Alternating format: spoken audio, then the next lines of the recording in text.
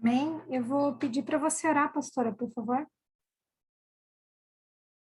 Tudo bem. Paizinho querido, paizinho de sabedoria, paizinho de conselho, paizinho de fortaleza, de ciência, pai de entendimento, pai que nos guia, pai que não deixa os seus filhos confundidos. Paizinho, eu quero te agradecer, papai, porque o Senhor revela os seus segredos, os seus mistérios, àqueles que te buscam, àqueles que te amam, pai. E nós somos muito gratos, porque o Senhor tem feito coisas grandiosas acerca disso, papai. Eu quero te agradecer, Pai, por todas essas mulheres que estão aqui, homens também que virão, papai, nessa sala Zoom, para aprender um pouco mais, para receber da porção que o Senhor derramou na Suzana, Pai. Usa a tua filha da melhor maneira, da maneira que lhe aprouver, Senhor. Guarda a internet, os aparelhos, Senhor, e que nada impeça da porção ser entregue. Em nome de Jesus. Amém e amém. Amém. Glória a Deus. Se você tem a sua Bíblia e quiser acompanhar, a gente vai para Mateus 5. Mateus 5, tá? Nós temos percebido toda uma movimentação apontando para o início do fim, né? A gente tem ouvido muito falar sobre isso. E cada vez mais o Senhor tem nos direcionado a ensinar e aprender sobre o reino de Deus, sobre o seu reino, sobre o seu governo, né? E antes de iniciar ou relembrar, né, eu quero esclarecer um pouco sobre isso, relembrar sobre graça e reino, sobre um pouco sobre essa diferença. A gente tem aprendido um pouco sobre isso no Efatá, que é o Ministério de Ensino do Tropa, que a gente tem todas as terças, né, quinzenalmente. E é tempo de nós despertar sobre isso, sabe, para esse entendimento. Que há uma diferença muito profunda, muito forte, muito estoante sobre isso, sobre graça e reino. Nós falamos muito em viver essa cultura do reino, sobre manifestar o reino, mas a gente precisa entender o que é isso, o que é esse reino de Deus. Porque não tem como você conquistar algo que você nem sabe o que é, na verdade, né? O reino de Deus, ele está relacionado a obras e recompensa. E a salvação, ela está relacionada à graça, a favor, né? Graça, ela é um favor não merecido. Ou seja, ninguém faz para merecer. Ninguém está recebendo a salvação porque merece, né? Isso fala muito em Efésios, no capítulo 2, 8 e 9. Porque pela graça você é salvo, é por meio da fé. Isso vem de você, é dom, é presente de Deus. Não vem de obra alguma para que você não se glorie. Ou seja, você não é salvo porque toma ceia, você não é salvo porque você se batizou, você não é salvo porque você vai no culto. Você não é salvo porque você é bonzinho. Você não é salvo porque você faz as coisas certinhas segundo o seu ponto de vista. Você não é salvo porque você deixou de pecar. Até porque você nunca deixa de pecar. Você não é salvo porque você faz ou deixa de fazer alguma coisa.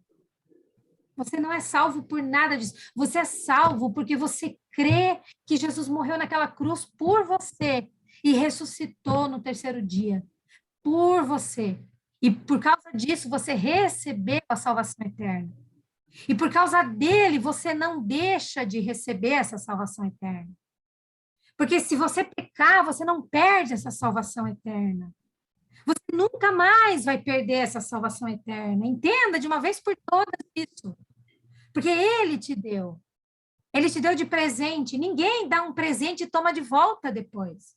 Então, se você não conquistou isso, você não perde isso. Isso é um favor imerecido. Você jamais vai conseguir conquistar isso. Jamais você vai conseguir conquistar isso.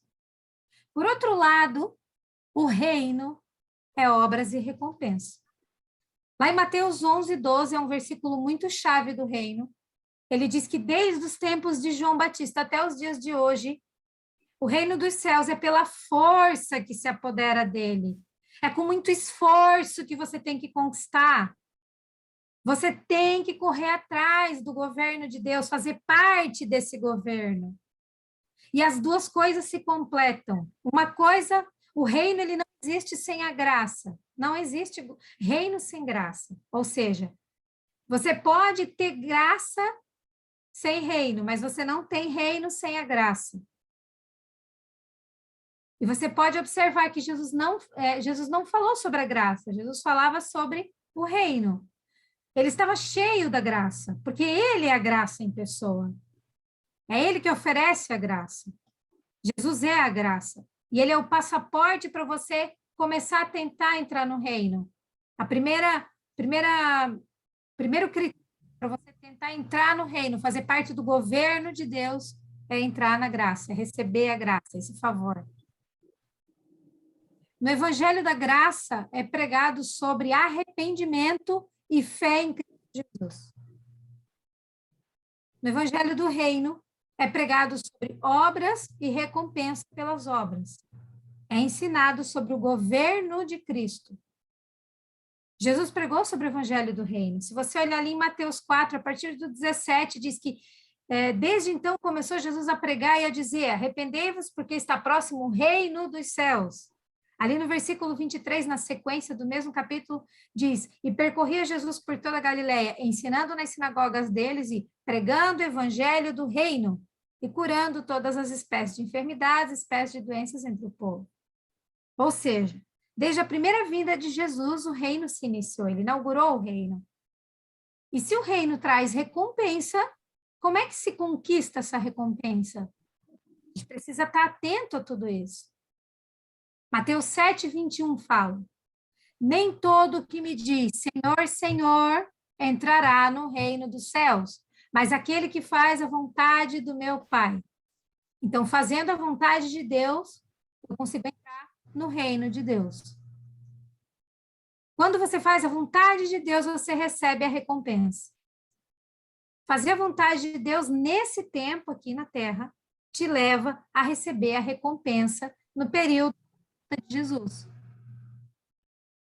Olha só, quando Jesus voltar, porque Jesus vai voltar, todo mundo sabe disso, Jesus vai voltar para a Terra, e ele vai governar 1000 anos a Terra. A palavra reino significa governo, ok? Deus está nos organizando desde já para viver o governo dele literal nessa Terra. E com ele vão se assentar no trono aqueles que vão governar com Cristo. Esse assentar no trono é uma linguagem figurativa, tá? Ninguém vai sentar num trono, não é um trono enorme que todo mundo vai sentar. Isso é um modo de dizer, né? Mas todo mundo... Esse assentar quer dizer que essas pessoas vão ter uma autoridade de governo junto com ele. Então, vamos supor que Jesus volte hoje. Ele virá com um monte de gente para exercer o governo dele aqui na Terra. Suzana, eu ainda não entendi. Eu vou desenhar. Vamos imaginar como, por exemplo, a Rainha Elizabeth. Existe a Rainha Elizabeth hoje, né, no mundo, a Rainha Elizabeth. Ela é chefe de Estado do Reino Unido, lá da Inglaterra, né? Então, ela é chefe de Estado do Reino Unido, de alguns países, como a Austrália, Canadá, acho que a Jamaica, tem outros países lá que ela é a mandona lá, ela é chefe de tudo lá, ela é a governante dessas nações. Ela é o maior poder, ela é a maior autoridade daquele lugar. Só que a rainha, ela não manda sozinha. Ela tem um parlamento que governa no nome dela. Ela mesma escolheu esse parlamento. Ela vai lá, faz o convite e a pessoa vai até o palácio dela, a convite da rainha, e lá ela pergunta se a pessoa aceita formar um governo no nome dela. Olha que interessante isso. Aí a pessoa diz que sim, quem que não vai querer mandar junto com a rainha? Aí a pessoa diz que sim, né? E é formado, então, o chamado governo de Sua Majestade. Isso existe, tá? Aí seria como se ela fosse a dona de tudo e esses ministros gerenciassem junto com a rainha. Então, a rainha, ela é chefe, inclusive, da igreja anglicana, que tem nesses países lá, né? É ela, inclusive, que nomeia ou não um arcebispo.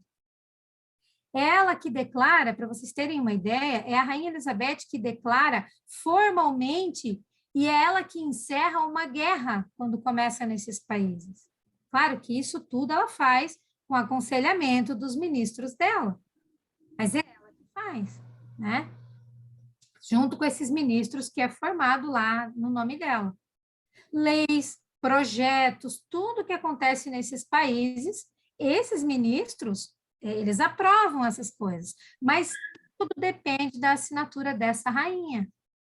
A rainha, e somente ela, também tem o poder, por exemplo, de conceder um indulto a um condenado, livrar uma pessoa da condenação.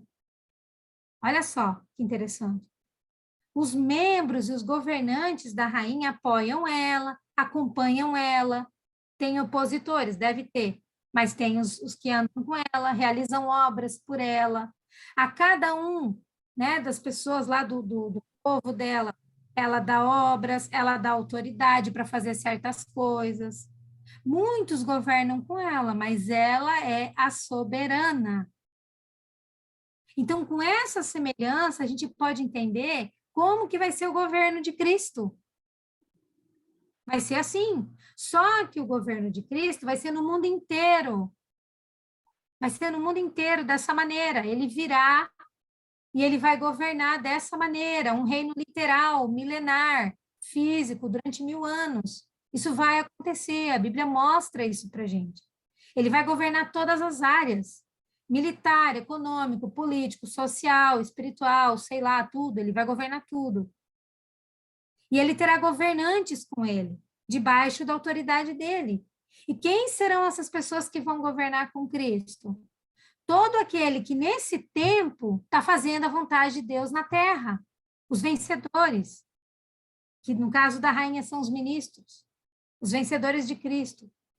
E para saber se você vai governar com Cristo, você precisa analisar o que você está fazendo com a sua vida. Porque cada um terá a recompensa do que estiver fazendo, do que estiver buscando. Se você estiver buscando nesse momento dinheiro, a sua recompensa vai ser dinheiro. Se você estiver buscando sucesso, a sua recompensa vai ser sucesso. Ou talvez não, porque essas coisas pertencem ao mundo e o mundo ele não é fiel. A gente não tem garantia do mundo. Agora, se você estiver buscando o reino de Deus, nós temos a garantia do reino de Deus porque Deus é fiel. Por isso é tão importante a gente ter esse entendimento de que Jesus, ele inaugurou na sua primeira vinda o seu reino, o seu governo. E nós somos os cuidadores do governo dele aqui na terra até que ele retorne, como mostra, por exemplo, na parábola dos talentos. Nós não somos crentes por acaso. Nós não nos convertemos por acaso. A vida em Deus não existe acaso, não existe coincidência, existe cristocidência. O Senhor não nos escolheu por acaso. A Bíblia diz que ele escolheu desde antes da fundação do mundo, ou seja, ele diz assim, eu vou criar um governo na terra e eu vou converter a Adria, a Janaína, a Miriam, a Sandra, a Sara, porque eu vou precisar delas na terra para governar o meu reino. Então, antes da fundação do mundo, ele criou vocês e determinou todas as coisas, né? Essa informação deveria, no mínimo, incendiar todas nós por dentro. Saber que nós somos elegidas, escolhidas, não sei como é que se fala, eleitas, né? Antes da fundação do mundo. Meu Deus, isso é muito... chega a ser perigoso saber dessa informação e não nos movimentar para isso, para esse caminho. Deus não nos escolheu por acaso. E outra coisa importante é que ele não nos escolheu e não nos abençoou individualmente. Ele nunca abençoou Jacó, ele sempre abençoou Israel. Ele só abençoa Israel, não abençoa Jacó. Ele não abençoa a sua casa, ele abençoa você e a tua vizinhança. Quando ele abençoa a tua casa, ele abençoa o teu bairro inteiro. É um perigo você pegar a semente e comer sozinho. Ele não escolhe você para você viver uma vida como você acha melhor, sabe? Não, que bom que Deus me abençoou, olha como eu sou feliz. Ele não te resgatou para você ser independente. Antes você tinha um dono, era Satanás, você andava com uma coleira no pescoço, ele carregava onde queria. Acontece que Jesus te comprou e foi com alto preço, e você continua tendo um dono, é Cristo. você precisa saber qual é a vontade dele. A diferença é que ele tirou a coleira do teu pescoço, te deixou livre, mas você continua tendo um dono. Embora ele te deixe livre, você continua tendo um dono. Ele te escolheu para um propósito. Assim como a rainha ali escolheu os ministros, cada um foi até o palácio dela e eles conversaram. E esses ministros sabem qual é a vontade da rainha. E mais, eles continuam se reunindo com ela para saber o que fazer, como fazer, o que ela deseja. E eles também fazem pedidos para ela, ela analisa se atende ou não. Assim também é o Senhor conosco. Ele quer que você assuma a autoridade que ele te deu, a autoridade do governo dele. Isso é manifestar o reino de Deus. Isso é manifestar a autoridade do reino de Deus. Você já tem a autoridade do reino de Deus sobre você, desde antes da fundação do mundo. E como viver esse propósito? Como trazer para a prática esse propósito que Deus deseja? Está tudo explicadinho na Bíblia. Está tudo ali. É o manual. A Constituição está ali inteira. Todo mundo sabe que hoje nós vivemos no período da graça, ou seja, o período onde os gentios, né, que é todo o povo não judeu, a gente sabe que o Messias, o Cristo, né, Jesus, ele não veio para todo o mundo, ele veio para os judeus, né, mas a bondade de Jesus se estendeu para toda a humanidade, inclusive nós. Então, estão sendo salvos pelo favor de Deus, estão sendo salvos pela graça, porque jamais seriam salvos fora de Deus. E aí, em Mateus 4, se inicia o ministério público de Jesus, porque ele já era o Cristo, né? E ele começa publicamente. Ali ele é batizado, vai para o deserto, passa pela tentação, os anjos começam a lhe servir. Estou só trazendo a sequência do que acontece ali, né? A Bíblia diz que o povo que estava na escuridão viu uma grande luz, a luz resplandeceu e Jesus começou a pregar: arrependei-vos, é chegado o reino. Enquanto ele pregava e ensinava, ele também começou a formar os primeiros discípulos. E nós percebemos que ele chama os que pescam e os que consertam também, né? Discípulos são todos diferentes, e glória a Deus por isso. E cada um flui na sua medida e segundo o seu propósito. Cada um tem seus talentos e todos são importantes no reino. Por isso a importância da gente não se comparar e nem desejar o que o outro tem, mas sim desejar fluir no que Deus nos deu. Porque nós somos peça fundamental no reino. Cada pecinha faz parte e é importante, né? Então, Jesus ia caminhando, formando discípulos, ensinando, e no caminho desse processo, ele pregava e curava. Agora já tinha uma multidão que seguia Jesus, a fama corria, a Bíblia diz que a fama corria, Jesus já era pop, já era popular. Agora Jesus começa a falar sobre a constituição do reino. Ele revela sobre viver espiritualmente e os princípios celestiais do reino. Jesus estava à beira-mar, ali no capítulo 5, é onde a gente vai iniciar. Jesus estava à beira-mar e vendo a multidão, ele sobe o monte. Jesus ensinava os seus seguidores ali na beira-mar. Mas, quando ele vai entregar a constituição do reino, ele sobe o monte. Aqui eu aprendo que para a gente ter clareza sobre o reino, nós precisamos ir a níveis mais altos com Jesus. Perceba que quando ele senta no monte, são os discípulos que se aproximam dele. A multidão aprende e recebe sobre salvação, mas sobre o governo de Cristo é somente discípulo que recebe. A Bíblia diz ali em Mateus 5:2 que Jesus começa a ensinar a seus discípulos ali no monte. Então só vai receber acerca do reino quem é discípulo. Quem não é discípulo vai cair no esquecimento. E aí ele inicia com as bem-aventuranças. Bem-aventuranças, bem-aventurado, bendito, feliz. E aí a gente começa a ver um pouco sobre isso. Nesse primeiro ensino, Jesus fala da natureza do povo do reino. Ou seja, as características de como o cidadão do reino é. De como é a pessoa que vai entrar no reino. Como é a pessoa que vai governar com Cristo. Como é a pessoa que vai ter autoridade quando Cristo voltar, que vai ter autoridade, vai ter, que Cristo vai dar direitos, vai dar autoridade para ele governar muitas coisas na terra. O cidadão do reino é um povo que é pobre em espírito, é um povo que chora pela presente situação, que é manso ao sofrer oposição, que tem fome e sede de justiça, que é misericordioso com os outros, que é puro de coração. É um povo que pacifica, que sofre perseguição por causa da justiça, que é injuriado e falam mal dele por causa do Senhor. E só abrindo um parêntese aqui, se Jesus disse como o cidadão deve ser, é porque é possível ser exatamente como ele disse. É possível chegar nesse nível. Porque o Criador conhece a sua criatura. Então, agora a gente vai explanar um pouco um a um. O versículo 3 diz: Bem-aventurados os pobres em espírito. Ser pobre em espírito não é somente ser humilde.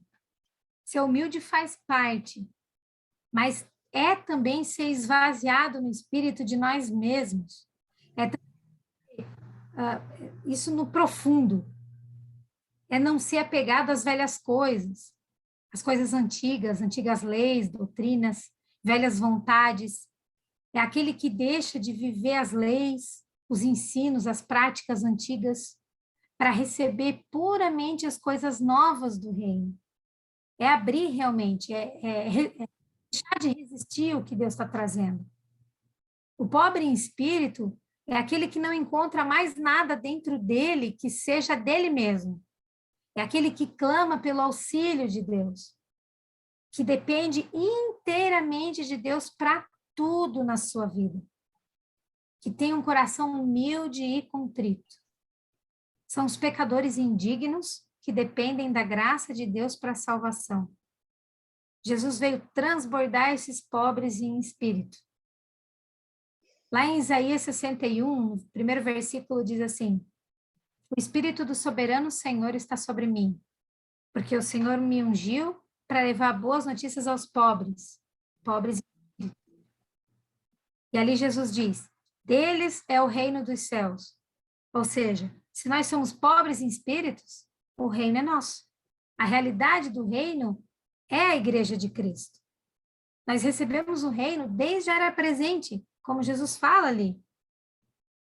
E depois, a gente ainda vai partilhar a manifestação na era do reino. Então, o cidadão do reino, ele é pobre em espírito. O vencedor é pobre em espírito. O versículo 4 diz: Bem-aventurados os que choram. Porque a situação do mundo, na sua totalidade, ela é negativa. O mundo, ele não quer se submeter ao senhorio de Jesus, a gente sabe disso. Porque o poder do pecado que habita nas pessoas afastam elas de Deus. As pessoas, elas estão presas nas armadilhas de Satanás. E o que predomina é treva, mundanismo, ganância, avareza, soberba, vício, idolatria. Ou seja, a glória de Deus é insultada pelo mundo, né?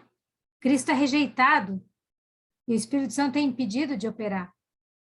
O ego é corrupto e o mundo inteiro é maligno. E o que Deus deseja da parte da igreja, da parte do cidadão do reino? Que a gente chore por essa situação, que a gente que a gente tenha compaixão disso. Sendo assim, a natureza do povo do reino é que a gente chore por essas vidas, que a gente se comova com isso realmente, que a gente chore segundo o coração de Deus, de Davi, segundo o coração de Deus. Chore por aqueles que estão em trevas, não só pela casa, mas por todos. Se arrependam por todos, entre na brecha por vidas, sem escolher quais. Não somente pelos da casa ou um ou outro, mas chore por todos. Chore segundo o coração de Deus.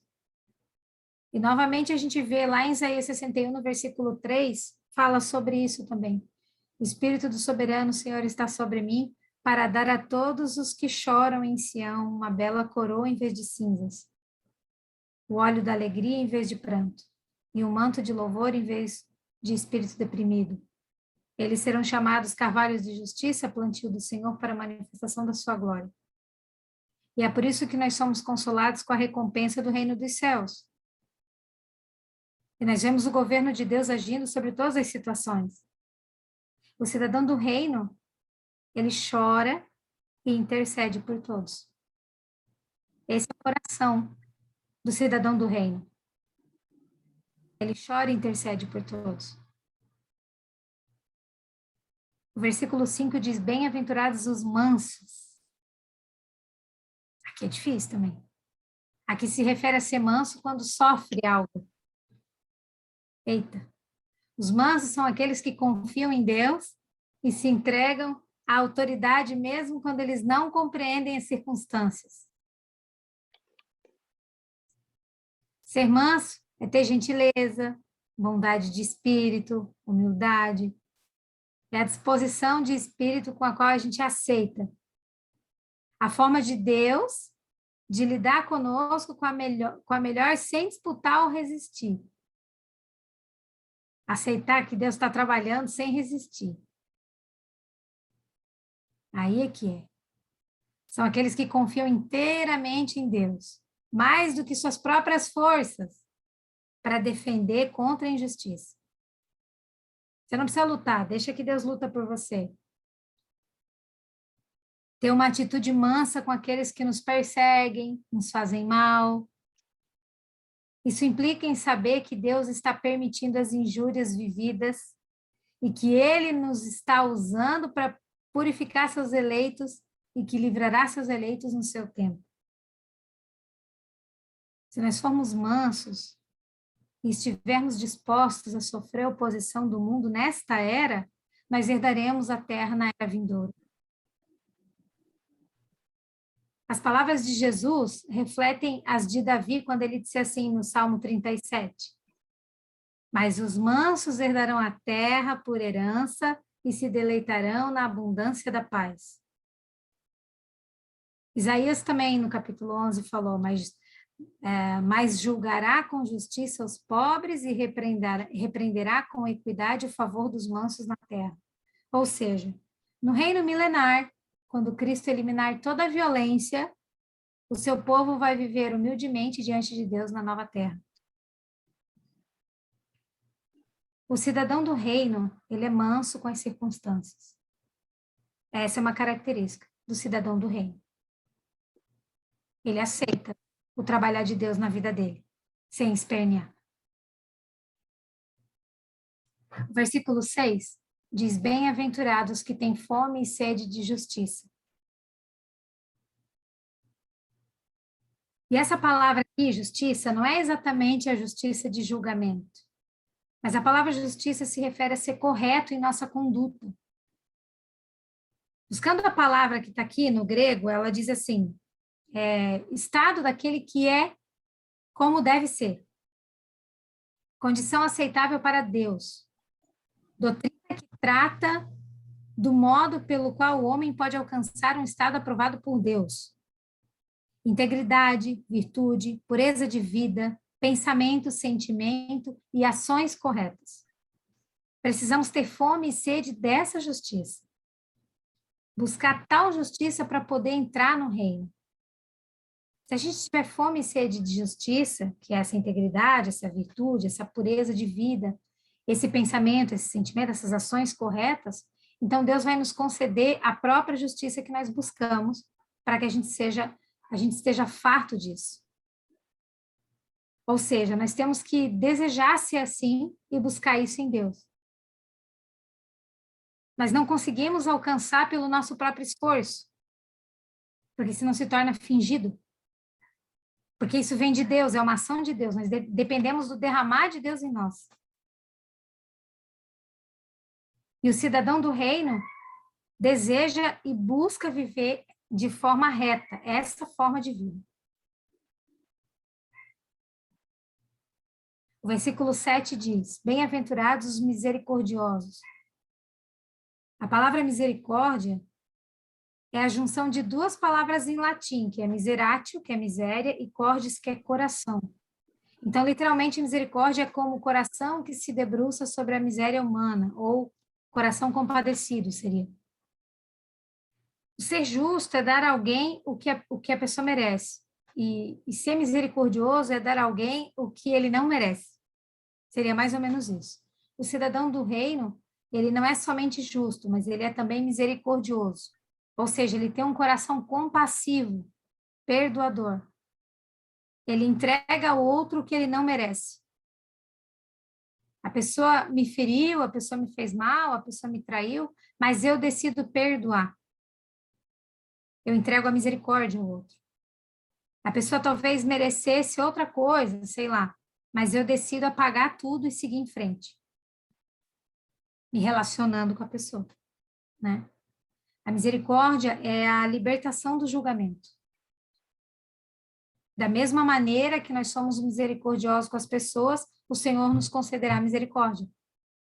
Perdoou, será perdoado. Teve compaixão, receberá compaixão. Olha o que diz em Tiago 2,13.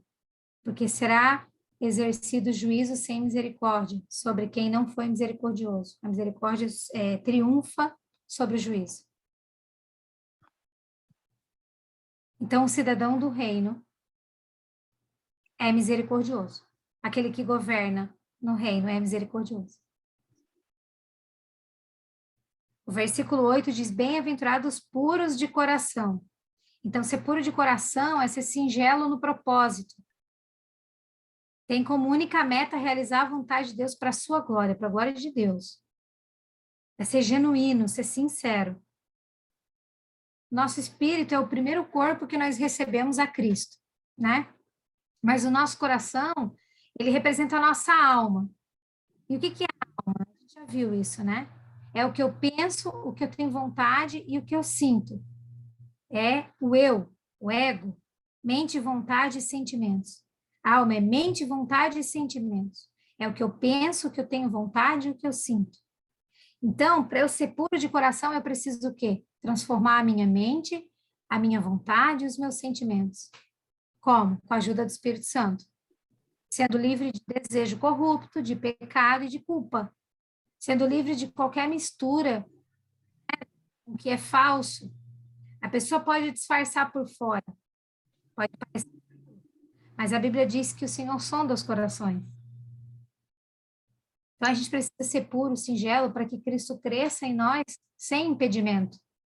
Se a gente for puro de coração na questão de buscar a Deus, nós veremos a Deus, a Bíblia diz. E o cidadão do reino, ele é puro de coração verdadeiramente. E o versículo 9 diz: bem-aventurados os pacificadores.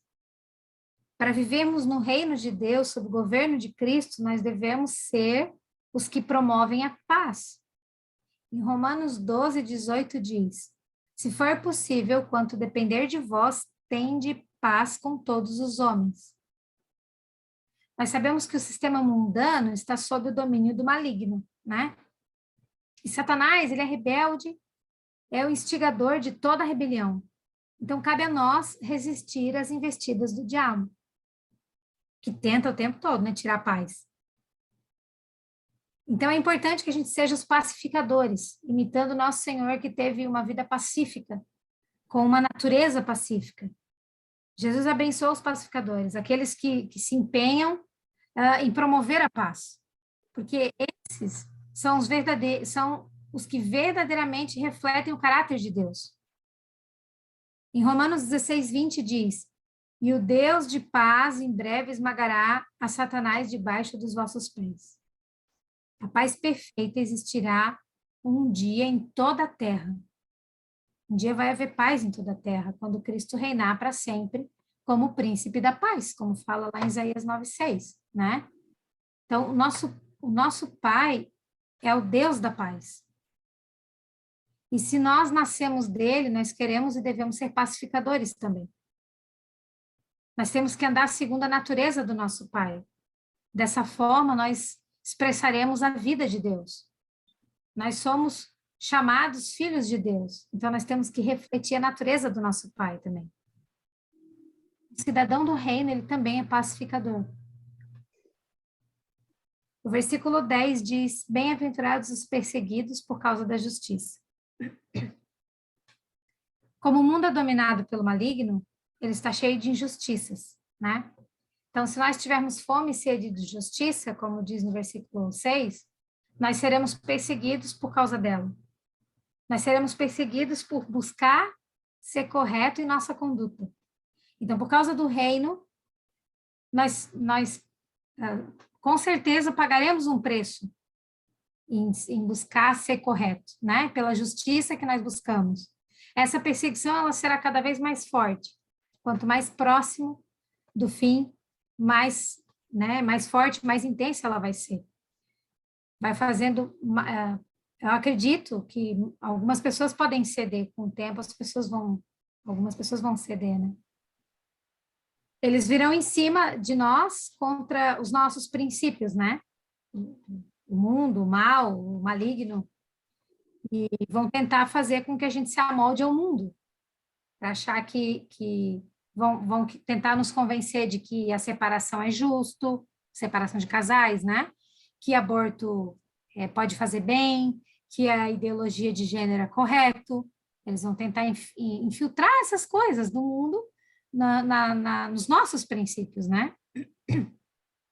Mas se a gente continuar buscando a justiça a qualquer custo, a gente vai estar vivendo a realidade do reino, porque essa é uma característica dos discípulos de Jesus. Buscar a justiça mesmo e, inclusive, segundo sendo perseguido. Então, perceba que essa perseguição é por ter uma vida correta segundo os princípios que a gente vive, né? Mas tem como recompensa o reino. Tem como recompensa o reino. O cidadão do reino ele é perseguido por buscar a justiça dos princípios, esse versículo fala. E o versículo 11, ele fala, bem-aventurados serão vocês quando por minha causa os insultarem, perseguirem e levantarem todo tipo de calúnia contra vocês. A perseguição do versículo 10 é por causa da justiça, ou seja, se dá pela busca pela justiça. E a perseguição do versículo 11 é por causa de Cristo, por seguir a Cristo. Então, quando nós vivemos uma vida para o reino, com a natureza de cidadão do reino, nós somos injuriados, perseguidos e difamados. E está chegando um tempo que isso será cada vez mais intenso, mais forte e mais violento. Então, aqui onde vivemos, né, aqui onde a gente mora, porque sempre houve perseguição, mas aqui onde a gente mora, a gente não percebe tanto isso, né? A gente não percebe essa perseguição pelo nome de Jesus tanto aqui. Mas isso vai começar a acontecer cada vez mais, né? Tá ficando difícil com relação aos princípios, mas não com o nome de Jesus aqui.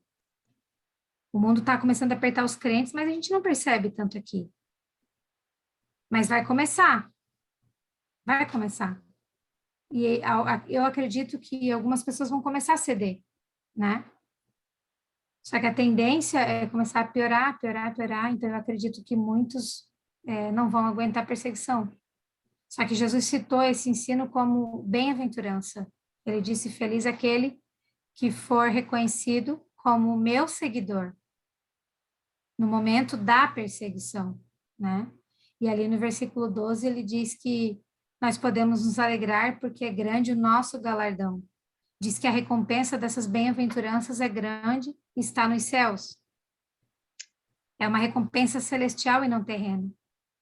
E a Bíblia diz em 1 Coríntios 2:9 que as coisas que os olhos não viram, nem ouvidos ouviram, nem penetraram no coração do homem, são as coisas que Deus preparou para aqueles que o amam. Então, nós precisamos desejar e buscar essas características do cidadão do reino. Porque se Jesus ensinou, é porque é possível ser completamente assim. O cidadão do reino possui essas características. Os vencedores possuem essas características. Então, nós precisamos desejar e buscar em Deus as características de vencedores. Porque vai valer a pena. Vai valer a pena. Amém? Amém. Glória a Deus.